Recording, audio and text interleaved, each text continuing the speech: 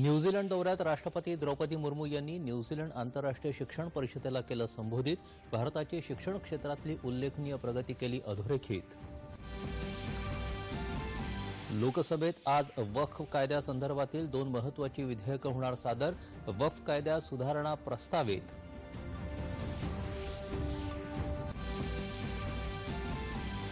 Reserve बँकेचा द्वैमासिक पतधोरण आढावा जाहीर. प्रमुख व्याजदर जैसे थे. जागतिक अस्थिरतेच्या वातावरणातही भारतीय अर्थव्यवस्था भक्कम. RBI governor Shaktikanta Das. तणावग्रस्त बांगलादेशात आज हंगामी सरकारची होणार स्थापना. सरकारचे प्रमुख म्हणून डॉक्टर मोहम्मद युनूस घेणार शपथ. अजूनही बांगलादेशाची परिस्थिती नाजूक. बांगलादेशात अडकलेल्या राज्यातल्या विद्यार्थी अभियंते यांच्या मदतीसाठी मुख्यमंत्र्यांची परराष्ट्र मंत्री एस जयशंकर यांच्याशी चर्चा. अधिकाधिक विशेष विमानांद्वारे देशवासियांना आणणार परत.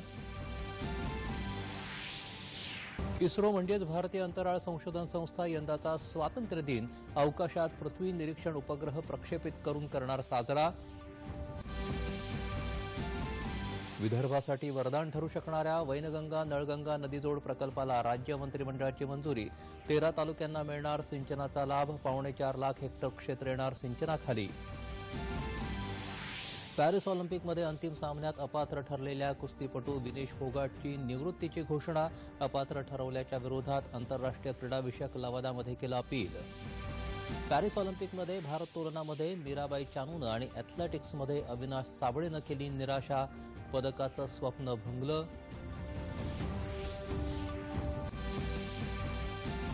भालाफेकपटू नीरज चोप्रा आज पदकासाठी उतरणार मैदानात. तर भारतीय हॉकी पुरुष संघाची कांस्य पदकासाठी स्पेनशी लढत.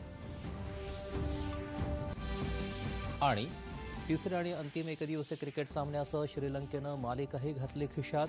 भारताचा 110 धावांनी झाला पराभव.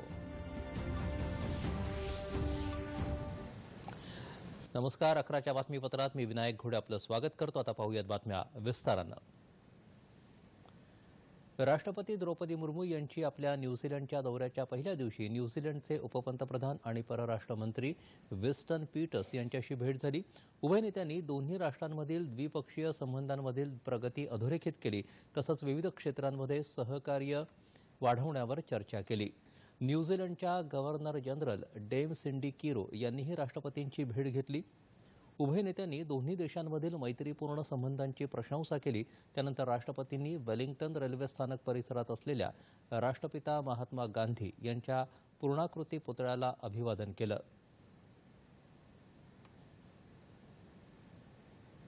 त्यांनी पुकेआहू राष्ट्रीय युद्ध स्मारकाला भेट देऊन आदरांजलीही वाहिली. तत्पूर्वी राष्ट्रपतींनी वेलिंग्टन इथं आयोजित न्यूझीलंड आंतरराष्ट्रीय शिक्षण परिषदेला संबोधित केलं. शिक्षण हे सामाजिक परिवर्तन आणि राष्ट्र उभारणीचं माध्यम आहे असं सांगत भारत सरकारनं देशातील शिक्षणाचा दर्जा सुधारण्यासाठी अनेक पावलं उचलली आहेत असं राष्ट्रपतींनी यावेळी अधोरेखित केलं. शिक्षण हे कोणत्याही राष्ट्राच्या प्रगतीचा आणि उन्नतीचा पाया आहे याकडे त्यांनी लक्ष वेधलं. भारतात 21व्या शतकात शिक्षण क्षेत्रात झालेला विकास आणि वाढलेल्या साक्षरतेच्या प्रमाणासह भारतानं शिक्षण क्षेत्रात केलेल्या उल्लेखनीय प्रगतीचा राष्ट्रपतींनी उल्लेख केला. दरम्यान आज सकाळी राष्ट्रपती राजधानी वेलिंग्टन इथं पोहोचल्यानंतर न्यूझीलंडच्या गव्हर्नर जनरल डेम सिंडी किरो यांच्या उपस्थितीत वेलिंग्टन इथल्या शासकीय निवासस्थानी त्यांचं औपचारिक स्वागत करण्यात आलं आणि मानवंदना देण्यात आली. यावेळी आयोजित समारंभात पारंपरिक माओरी संस्कृतीचं दर्शन राष्ट्रपतींना घडलं.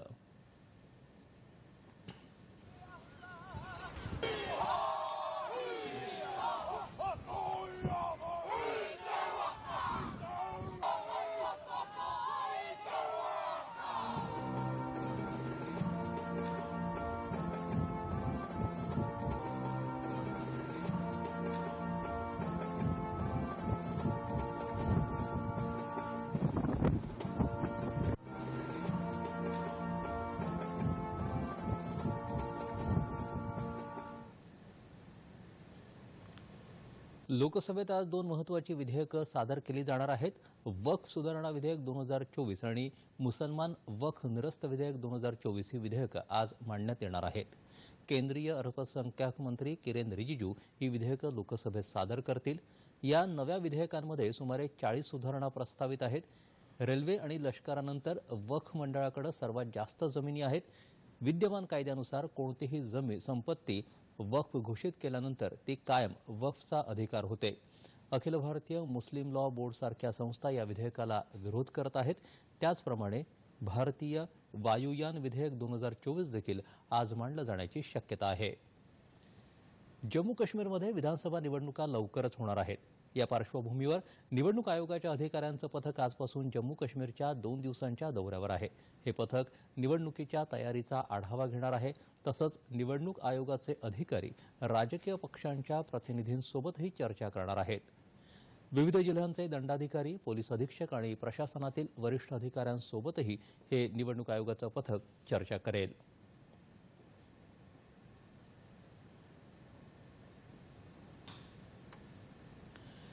रिझर्व्ह बँकेचा द्वैमासिक पतधोरण आढावा आज जाहीर करण्यात आला. यात प्रमुख व्याजदर जैसे थे ठेवण्यात आले आहेत. सध्या असलेला 6.5% रेपो दर यथास्थिती ठेवण्यात आल्याची माहिती रिझर्व्ह बँकेचे गव्हर्नर शक्तिकांत दास यांनी यावेळी दिली. रेपो दरात कोणताही बदल न करण्याची ही सलग 9वी वेळ आहे. एप्रिल 2023 पासून हाच रेपो दर कायम आहे. स्थायी ठेव सुविधा दर 6.25% तर किरकोळ स्थायी सुविधा दर आणि बँक दर 6.75% कायम आहेत. जागतिक पातळीवर अस्थिरतेचं वातावरण पाहायला मिळतंय. मात्र देशांतर्गत अर्थव्यवस्थेमधल्या बळकटीमुळे भारत भक्कम स्थितीत असून देशाचा विकास निरंतर सुरू आहे, असं दास यांनी यावेळी सांगितलं. चालू आर्थिक वर्षाच्या पहिल्या तिमाहीसाठीचा जीडीपी वृद्धीचा अंदाज 7.3% वरून कमी करून 7.1% करण्यात आला आहे आणि दुसऱ्या तिमाहीसाठी 7.2% वृद्धीचा अंदाज कायम असल्याचं त्यांनी सांगितलं. शाश्वत विकासासाठी किमतीतील स्थैर्य आवश्यक आहे. महागाईचा दर अजूनही चिंतेचा विषय आहे. मात्र महागाईत मोठ्या प्रमाणावर घट अपेक्षित आहे, असं ते म्हणाले. देशांतर्गत मागणी वाढल्यानंतर उत्पादन आणखी वेगानं अपेक्षित असून खासगी क्षेत्रात गुंतवणुकीत तेजीचे संकेत मिळत आहेत, असं दास यांनी सांगितलं. तणावग्रस्त बांगलादेशात आज हंगामी सरकारची स्थापना होणार आहे. हे 15 सदस्यीय हंगामी सरकार असणार आहे. सरकारचे प्रमुख म्हणून डॉक्टर मोहम्मद युनूस आज शपथ घेतील. हिंसाचारग्रस्त बांगलादेशात अजूनही परिस्थिती नाजूक असून शांतता राखण्याचं आवाहन मोहम्मद युनूस यांनी केलं आहे. येत्या 3 ते 4 दिवसात देशातील परिस्थिती नियंत्रणात येईल अशी आशा त्यांनी यावेळी व्यक्त केली. गेल्या काही दिवसात झालेल्या हिंसक घटनांमधील दोषींवर लवकरच कडक कारवाई करण्यात येणार असल्याचंही त्यांनी नमूद केलं. दरम्यान बांगलादेश सैन्यानं आपल्या आसपास हिंसक घटना, तोडफोड, मृत्यूची धमकी अशा प्रकारच्या काही घटना घडत असल्यास बांगलादेशातील नागरिकांना जवळच्या सैन्य शिबिराशी संपर्क करण्याचं आवाहन केलं आहे. सध्याची परिस्थिती पाहता नागरिकांची सार्वजनिक मालमत्तेची तसंच सरकारी आस्थापनांच्या सुरक्षिततेसाठी जागोजागी सैन्य तैनात केलं असल्याचं आंतरसेवा जनसंपर्क संचालनालयानं प्रसिद्धीपत्रकात म्हटलं आहे. जुलैपासून सुरू झालेल्या या आंदोलनात झालेल्या हिंसाचारात आतापर्यंत 450हून अधिक जणांचा मृत्यू झाला आहे.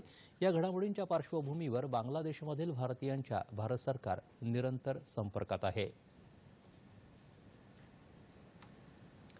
बांगलादेशात अडकलेल्या राज्यातील विद्यार्थी अभियंत्यांना मदत करून त्यांना मायदेशी परत आणण्यासंदर्भात मुख्यमंत्री एकनाथ शिंदे यांनी परराष्ट्र व्यवहार मंत्री एस जयशंकर यांच्याशी काल चर्चा केली. या नागरिकांच्या सुटकेसाठी सर्व उपाययोजना केल्या जातील. तसंच हवाई वाहतुकीच्या मदतीनं त्यांना देशात परत आणलं जाईल असं आश्वासन जयशंकर यांनी दिल्याचं मुख्यमंत्र्यांनी सांगितलं. मुख्यमंत्र्यांनी बांगलादेशातील राज्यातल्या नागरिकांची माहिती पत्त्यासह परराष्ट्र मंत्रालयाला दिली आहे. बांगलादेशातील आपल्या नागरिकांना मायदेशात परत आणण्यासाठी भारताच्या वतीनं कारवाई करण्यासाठी एका अधिकाऱ्याची नियुक्ती केली आहे. तसंच भारतीय दूतावासाच्या मदतीनं नागरिकांच्या सुरक्षिततेची सर्व काळजी घेतली जात असल्याचं जयशंकर यांनी सांगितलं. तसंच राज्यातील या नागरिकांना राज्यात परत आणण्यासाठी महाराष्ट्र सरकार पूर्णपणे मदत करेल असं आश्वासन मुख्यमंत्र्यांनी दिलं आहे. इस्रो म्हणजेच भारतीय अंतराळ संशोधन संस्था यंदाचा स्वातंत्र्य दिन अवकाशात पृथ्वी निरीक्षण उपग्रह प्रक्षेपित करून साजरा करणार आहे. 15 ऑगस्टला श्रीहरिकोटा इथून सकाळी 9:17 हा उपग्रह प्रक्षेपित करण्यात येणार असून लघु उपग्रह प्रक्षेपकाद्वारे हा उपग्रह प्रक्षेपित केला जाणार आहे. हा 500 किलो वजनाचा उपग्रह 500 किलोमीटरच्या कक्षेत नेऊ शकतो. या प्रक्षेपक यानाचं हे प्रात्यक्षिक उड्डाण यशस्वी झाल्यानंतर ते उत्पादनासाठी खाजगी क्षेत्राकडे हस्तांतरित केलं जाईल.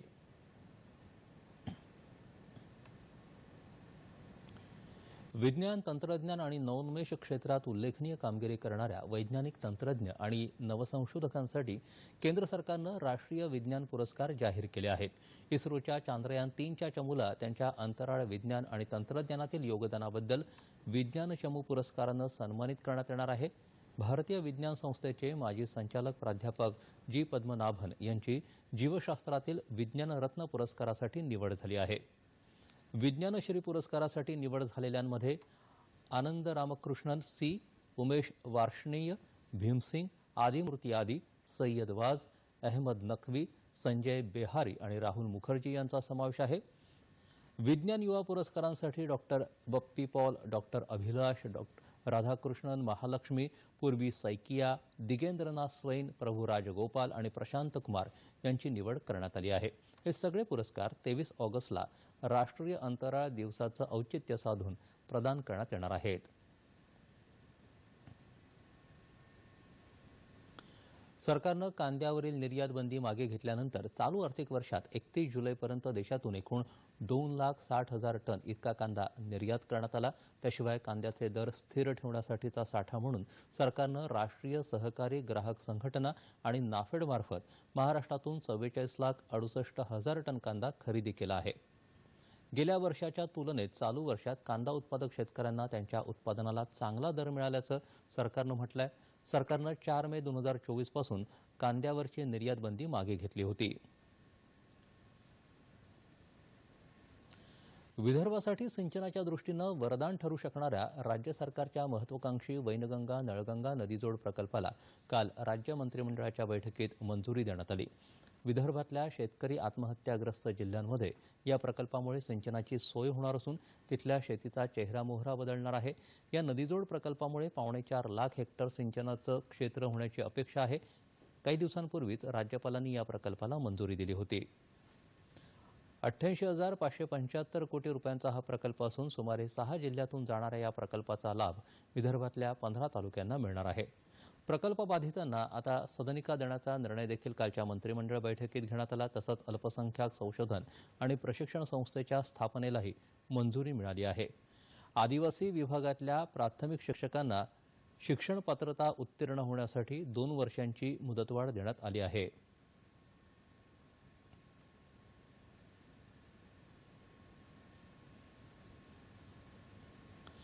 अनुसूचित जाती जमातीच्या विद्यार्थ्यांना जातवैधता प्रमाणपत्र मिळण्यातल्या अडचणी दूर करण्यासाठी अधिनियमात सुधारणा करण्याचा निर्णय देखील मंत्रिमंडळाच्या बैठकीत घेण्यात आला. विनापरवानगी झाड तोडलं तर 50,000 रुपयांचा दंड ठोठावण्याचा निर्णय कालच्या बैठकीत घेण्यात आला. महाराष्ट्र लॉजिस्टिक धोरणाला मंत्रिमंडळानं मंजुरी दिली. या धोरणातून येत्या 5 वर्षात 30,000 कोटी रुपयांचं उत्पन्न मिळणार आहे.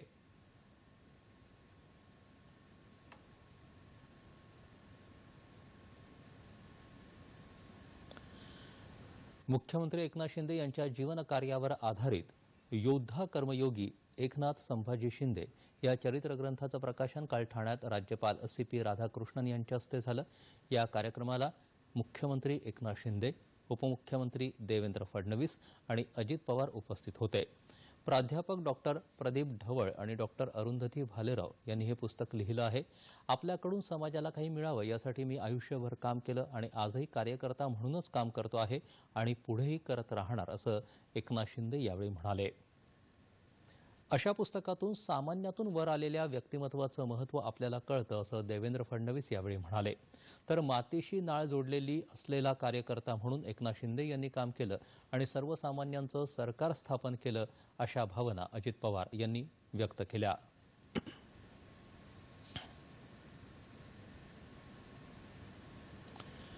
शेतकऱ्यांना कृषीपूरक साहित्याचं तातडीनं वितरण करण्याचे निर्देश कृषी मंत्री धनंजय मुंडे यांनी दिले आहेत. कृषी विभागाच्या विविध योजनांचा आढावा घेण्यासाठी मंत्रालयात आयोजित बैठकीत ते काल बोलत होते. राज्यात 99% पेरण्या पूर्ण झाल्या आहेत. त्यामुळे शासनाच्या विविध योजनांच्या माध्यमातून डीबीटी पोर्टलवर नोंदणी केलेल्या शेतकऱ्यांना द्यायची कृषीपूरक उपकरणं, निविष्ठा यांचं वितरण त्वरित करावं. Nano urea, DAP power spray pump, storage bag, metaldehyde आदी साहित्य शेतकऱ्यांपर्यंत पोहोचवावं असं ते म्हणाले. यावेळी विविध योजनांच्या अंमलबजावणीत येणाऱ्या आणि प्रत्यक्ष शेतकऱ्यांना भासणाऱ्या अडचणींचा आढावा घेण्यात आला. आपत्ती व्यवस्थापनात आधुनिक तंत्रज्ञानाचा अधिकाधिक वापर होण्याची गरज आपत्ती व्यवस्थापन, मदत आणि पुनर्वसन मंत्री अनिल पाटील यांनी व्यक्त केली आहे.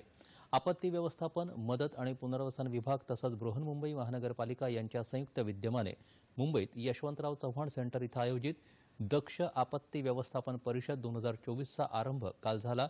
त्यावेळी ते बोलत होते.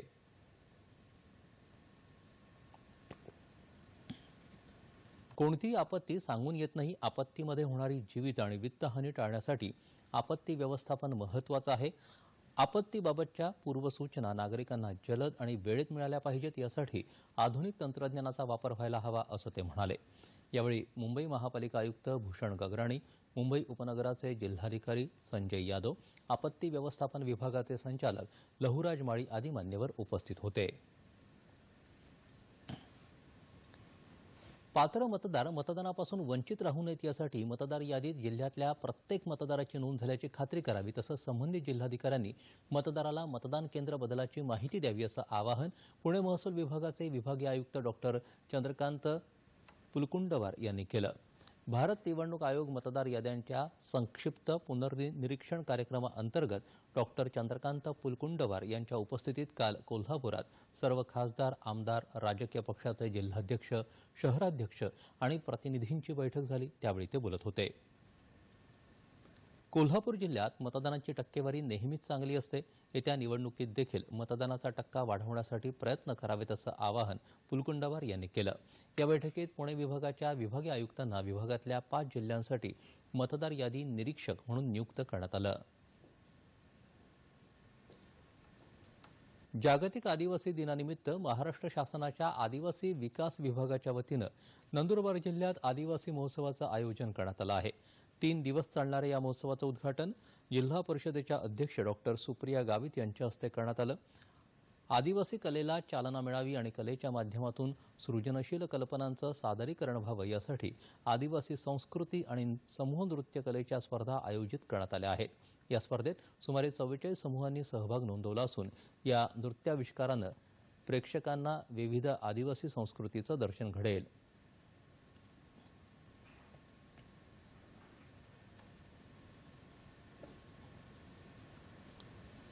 पुण्यात दौंड तालुक्यातल्या भाणगाव इथं टेस्टी बाईट या खाद्यपदार्थाच्या कंपनीत वायुगळती झाल्याची घटना घडली.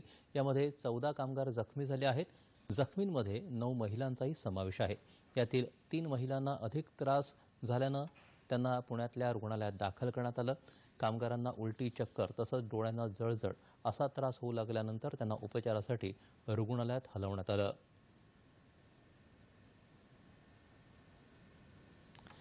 केंद्र सरकारच्या माहिती आणि प्रसारण मंत्रालयाच्या केंद्रीय संचार ब्युरोच्या वतीनं नांदेड जिल्ह्यात 2 दिवसांचं नवे फौजदारी कायदे 2023 या मल्टीमीडिया चित्र प्रदर्शनाचं आयोजन करण्यात आलं आहे.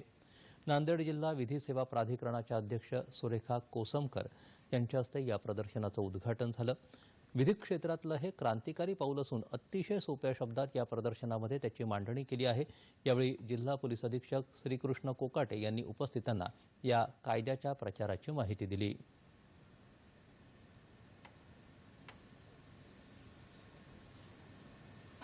1 जुलैपासून इम्प्लिमेंट झालेले कायदे ते आपले ओरिजिनल भारताचे कायदे आहेत आणि भारतीय लोकांसाठी बनवलेले आहेत.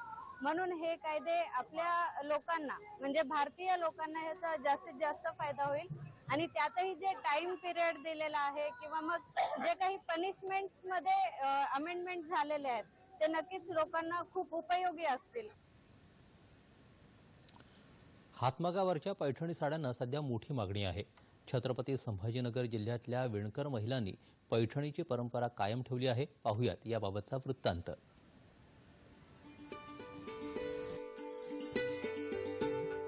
देशातल्या हातमाग उद्योगाला सक्षम बनवण्यासाठी आणि हातमागाला जगभरामध्ये मान्यता मिळावी या उद्देशानं दरवर्षी 7 ऑगस्ट हा दिन राष्ट्रीय हातमाग दिन म्हणून साजरा केला जातो. अशातच छत्रपती संभाजीनगर जिल्ह्यातल्या पैठणला गौरवशाली इतिहास मिळवून देणाऱ्या पैठणीला कसं विसरून चालेल. 1993 पासून पूनम साडी सेंटरला वस्त्रोद्योग विभागाचा पुरस्कार मिळालाय. हमारी ये चौथी पीढ़ी इस खात्मा इसमें पैठणी साड़ी बनाने का, और हम इस क्षेत्र में पैठणी साड़ी का उद्योग बहुत अच्छी तरह से चल रहा. सुंदर नक्षीकाम केलेली पैठणी याचं विशेष जवळचं असं नातं आहे. महाराष्ट्राची शान असलेल्या पैठणीला साड्यांची महाराणी असंही संबोधलं जातं. भारतामध्ये सणासुदीच्या काळामध्ये पैठणीसारख्या साडीला खूपच मागणी असते. एक पैठणी विणून तयार करण्यासाठी साधारणतः 6 ते 7 महिन्यांचाही कालावधी लागू शकतो. त्याचप्रमाणे पैठणीच्या किमतीमध्येही खूप उतार चढाव दिसून येतात. अगदी 1000 रुपयांपासून ते लाखो रुपयांपर्यंत या पैठणीच्या किमती असतात. या साडीला बनवायला कमीत कमी 3 ते 3.5 महिने लागतात, आणि जो 3 ते 3.5 महिने लागतात. आणि जोपर्यंत सिंगल बॉर्डर आहे पहिली स्टार्टिंगला, तेव्हा कमीत कमी 30 ते 35 इंच काम होतं. त्यानंतर दोन्ही साईडनी बॉर्डर चालू होती, तर याला कमीत कमी एके दिवसामध्ये 7 ते 8 इंच काम होतं.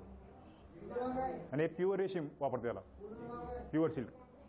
आणि जी आपलं कच्चं मटेरियल आहे आपण बँगलोर आणतो, नंतर मग कलरिंग ते सर्व काही आपण इथं तयार करतो. ते साडीत भरपूर अनुभव आले, कशा करायच्या काय करायच्या, सगळं व्यवस्थित होत होतं काम.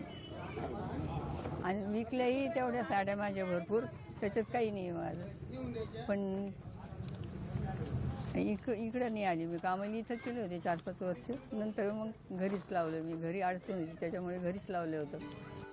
पैठणमध्ये तयार होणारी वैशिष्ट्यपूर्ण शिवकालीन साडी म्हणजेच पैठणी.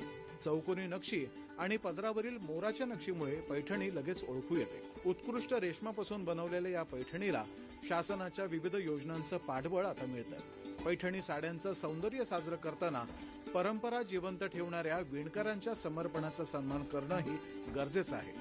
दूरदर्शन बातम्यांसाठी अनिल साबळे, छत्रपती संभाजीनगर.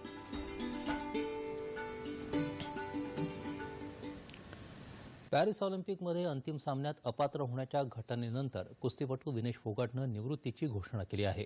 विनेशला 50 किलो महिला कुस्तीच्या सुवर्णपदकाच्या सामन्यातून 100 ग्रॅम अधिक वजन भरल्यानं अपात्र ठरवण्यात आलं. त्यानंतर समाजमाध्यमांवर अतिशय भावनिक होत तिनं निवृत्ती जाहीर केली. माझ्याविरुद्ध कुस्ती जिंकली, मी हरले. कुस्ती आणि माझं धैर्य संपलं आहे. आता माझ्याकडे आणखी ताकद उरलेली नाही. अलविदा. मी तुम्हा सर्वांची कायम ऋणी राहीन. मला माफ करा, अशा भावना विनेशनं व्यक्त केल्या.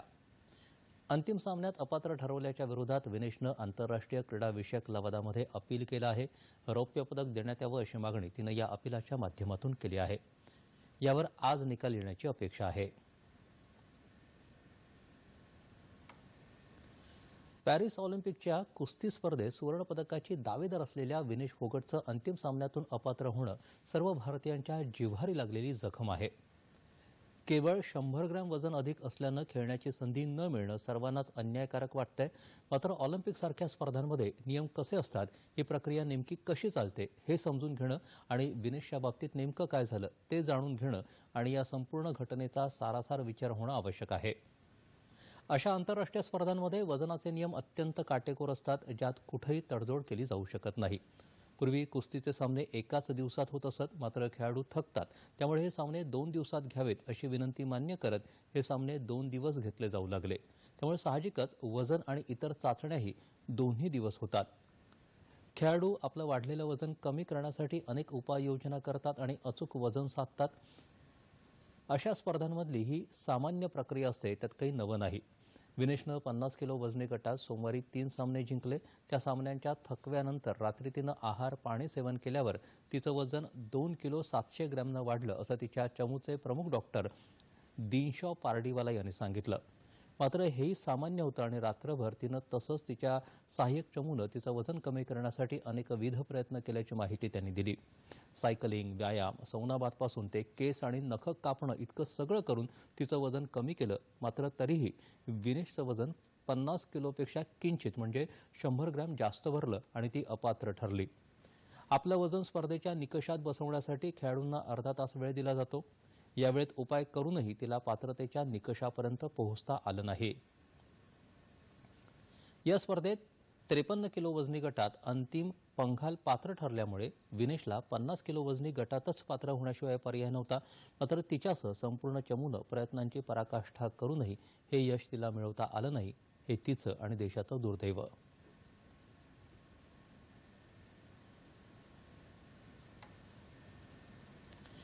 पॅरिस ऑलिम्पिकमध्ये काल झालेल्या स्पर्धांमध्ये भारताच्या वाट्याला निराशा आली.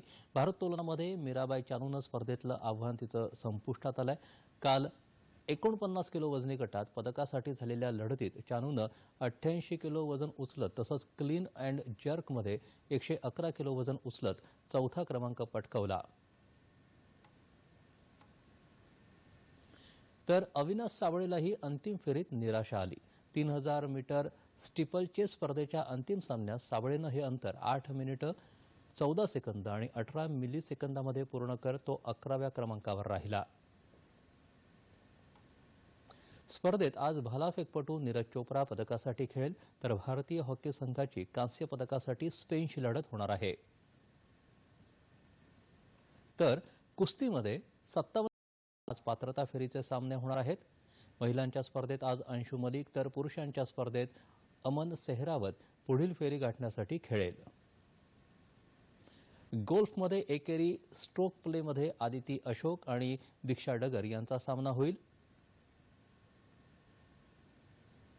तर ॲथलेटिक्समध्ये 100 मीटर अडथळ्यांच्या रेपेचेंज प्रकारात यर्राजीचा सामना होणार आहे.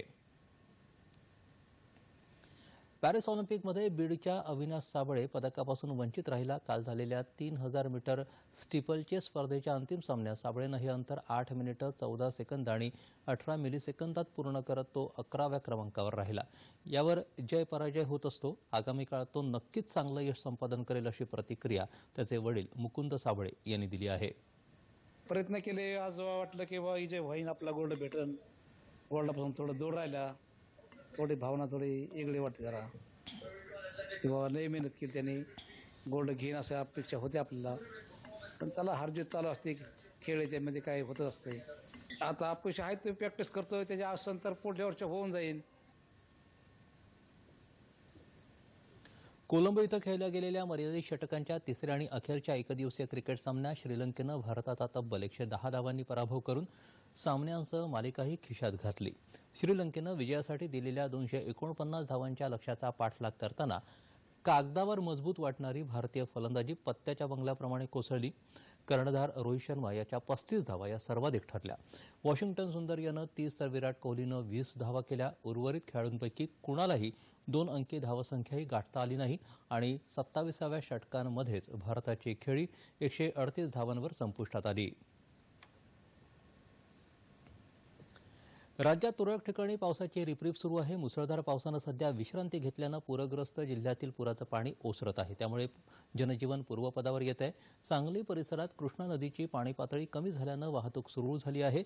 मदत छावण्यांमध्ये राहणारे पूरग्रस्त आपल्या घरी परतले आहेत. आयर्विन पूल परिसरात पाण्याची पातळी 30 फुटांपर्यंत खाली आली आहे. त्यामुळे पुराचा धोका टळल्यामुळे नागरिकांना दिलासा मिळाला आहे. कोल्हापूर जिल्ह्यात काल तुरळक ठिकाणी मध्यम स्वरूपाचा पाऊस झाला. कोल्हापुरामध्ये ऊस, भात, सोयाबीन पिकाचं मोठं नुकसान झालंय. जिल्ह्यातील 44 बंधाऱ्यांवर अद्याप पाणी आहे.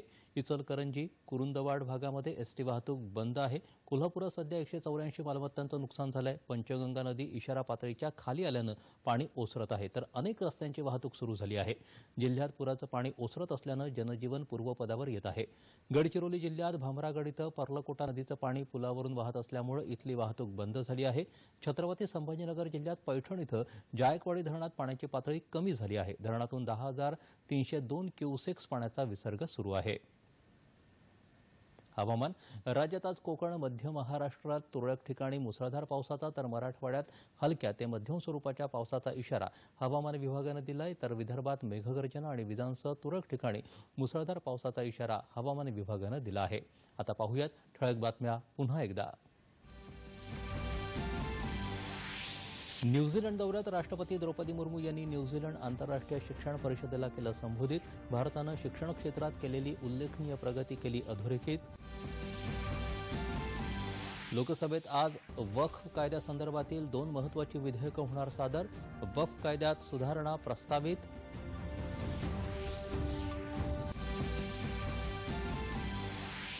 रिझर्व्ह बँकेचा द्वैमासिक पतधोरण आढावा जाहीर. प्रमुख व्याजदर जैसे थे. जागतिक अस्थिरतेच्या वातावरणातही भारतीय अर्थव्यवस्था भक्कम. RBI governor Shaktikanta Das. तणावग्रस्त बांगलादेशात आज हंगामी सरकारची होणार स्थापना. सरकारचे प्रमुख म्हणून डॉक्टर मोहम्मद युनूस घेणार शपथ. अजूनही परिस्थिती नाजूक. बांगलादेशात अडकलेले राज्यातले विद्यार्थी अभियंते यांना मदतीसाठी मुख्यमंत्र्यांची परराष्ट्र मंत्री एस जयशंकर यांच्याशी चर्चा. अधिकाधिक विशेष विमानांद्वारे द्विशवासियांना आणणार परत. इस्रो म्हणजेच भारतीय अंतराळ संशोधन संस्था यंदाचा स्वातंत्र्य दिन अवकाशात पृथ्वी निरीक्षण उपग्रह प्रक्षेपित करून करणार साजरा.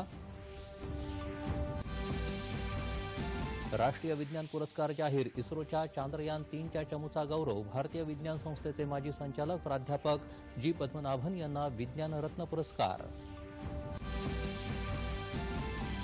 विदर्भासाठी वरदान ठरू शकणाऱ्या वैनगंगा नळगंगा नदीजोड प्रकल्पाला राज्य मंत्रिमंडळाची मंजुरी. 13 तालुक्यांना मिळणार सिंचनाचा लाभ. 4.25 लाख हेक्टर क्षेत्र येणार सिंचनाखाली. पॅरिस ऑलिम्पिकमध्ये अंतिम सामन्यात अपात्र ठरलेल्या कुस्तीपटू विनेश फोगाटची निवृत्तीची घोषणा. अपात्र ठरवल्याच्या विरोधात आंतरराष्ट्रीय क्रीडाविषयक लवादामध्ये केला अपील. पॅरिस ऑलिम्पिकमध्ये भारोत्तोलनामध्ये मीराबाई चानूनं आणि ॲथलेटिक्समध्ये अविनाश साबळेनं केली निराशा. पदकाचं स्वप्न भंगलं.